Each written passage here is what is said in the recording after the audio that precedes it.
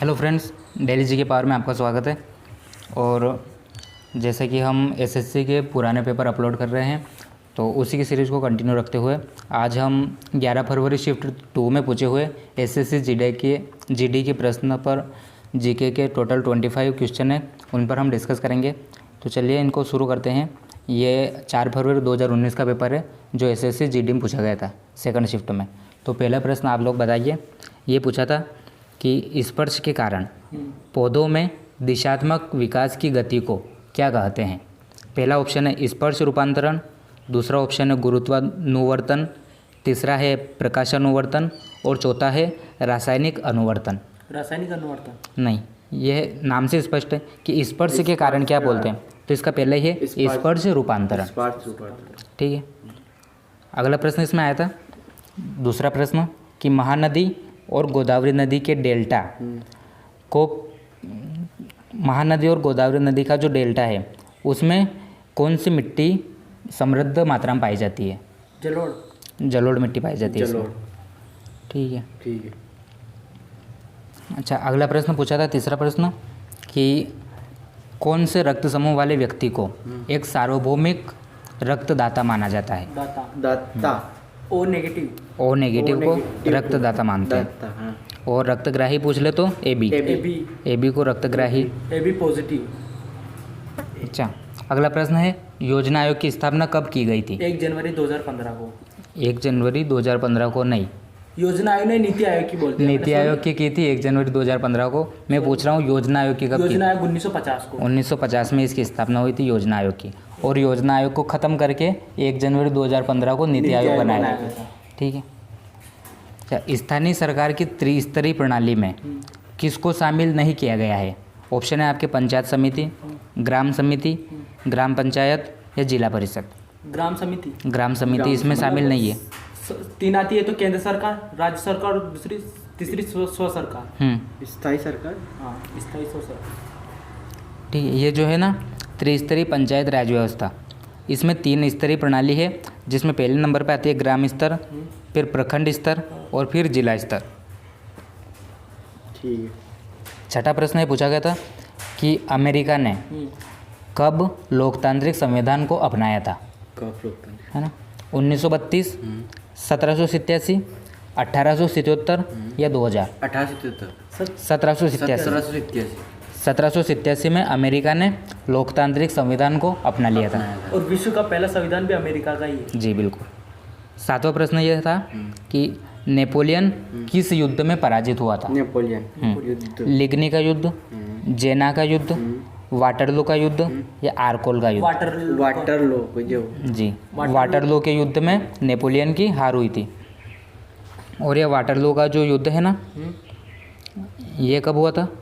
Waterloo इसको थोड़ा पता नहीं। ये 1815 में हुआ था। 1815 में। ठीक है। ये बेल्जियम में हुआ था। बेल्जियम में। अच्छा, 8वां प्रश्न ये पूछा गया था कि निम्न 4 ऑप्शन में से सबसे कठोर पदार्थ कौन सा है। कोयला, हीरा, चांदी या लोहा। हीरा सबसे कठोर पदार्थ है। हीरा जो है वो सबसे कठोर पदार्थ है, प्रकृति में पाया जाने वाला।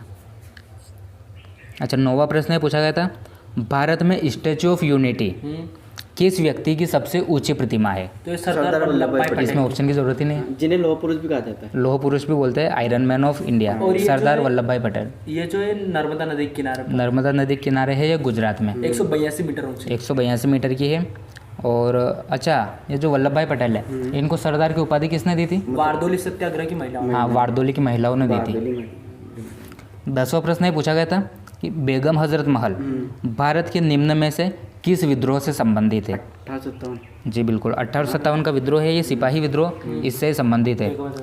बेगम हजरत महल जो है ना, नवाब वाजिद शाह की ये पत्नी थी और इन्होंने लखनऊ से उसका नेतृत्व किया था 1857 की क्रांति का।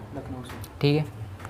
11वां प्रश्न ये पूछा गया था कि राष्ट्रीय ग्रामीण रोजगार गारंटी अधिनियम कब पारित किया गया था। गारंटी 2005, 1900, 2019 या 2000। 2005 में इसको राष्ट्रीय ग्रामीण रोजगार गारंटी ये योजना चली थी, मतलब। ठीक है। और इसका नाम बाद में बदलकर महात्मा गांधी रोजगार गारंटी योजना कर दिया गया है। ये भी पूछा जाता है कि इस योजना में कितने दिनों का काम मिलता है, तो 100 दिनों का काम। 100 दिनों का मिलता है। ठीक है, 100 दिनों का। अच्छा 12वां प्रश्न ये पूछा गया था कि एक बुक है a century is not enough, ठीक है, तो ये बुक किसने लिखी है? ऑप्शन है आपकी वीरेंद्र सहवाग, विराट कोहली, सचिन तेंदुलकर या सौरव गांगुली। सचिन तेंदुलकर। नहीं, ये है सौरव गांगुली की बुक है। सौरव गांगुली ने लिखी है a century is not enough, और सचिन तेंदुलकर की बुक है प्लेइंग इट माई वे। और एक बुक और पूछी जाती है जो इम्पोर्टेंट है कपिल देव की, cricket my style. Cricket my style किसकी है? कपिल देव की, ठीक है। 23वां इसमें करंट अफेयर का प्रश्न आया था, 13वें नंबर का, सॉरी। इसमें पूछा था कि 2017 में मिस वर्ल्ड कौन बनी? 2017 में मानुषी चिल्लर है। मानुषी चिल्लर राजस्थान बनी की थी। नहीं, हरियाणा की है। हरियाणा की है, जो भारत की छठी ये है मिस वर्ल्ड है, ठीक है। इससे पहले 5 और बन चुकी है। अच्छा 5 के नाम बता सकते हैं आप कौन कौन थी? पहली कौन थी? रीता फारिया फर्स्ट थी। उसके बाद बनी थी ऐश्वर्या राय, दीपिका पादुकोण भी नहीं उसमें बनी रीता फारिया, ऐश्वर्या राय, डायना हेडन, युक्ता मुखी, प्रियंका चोपड़ा, और छठी बनी थी मानुषी चिल्लर, ठीक है। तो अपन को अभी का याद रखना है वैसे कि 2021 में कौन बना है। अच्छा 14वां प्रश्न ये पूछा गया था इसमें कि कौन सा नृत्य है जो कला में हिंदू और मुस्लिम प्रतिभा के एक अद्वितीय संश्लेषण का प्रतिनिधित्व करता है? उस नृत्य का आपको नाम बताना है, ठीक है। कथक, मणिपुरी, ओडिसी या फिर कथकली? कथक। जो कथक जो नृत्य है ना, ये उत्तरी भारत पूरे का है। हाँ, ये पूरे उत्तर भारत में किया जाता है, और ये हिंदू और मुस्लिम दोनों प्रतिभा के अद्वितीय संश्लेषण का प्रतिनिधित्व करता है, ठीक है। अच्छा ये पूछ ले कि मणिपुरी कहाँ का नृत्य है? मणिपुरी मणिपुर का है, ओडिसी उड़ीसा का है, और कथकली कहाँ का है? कथकली केरल का है, ठीक है।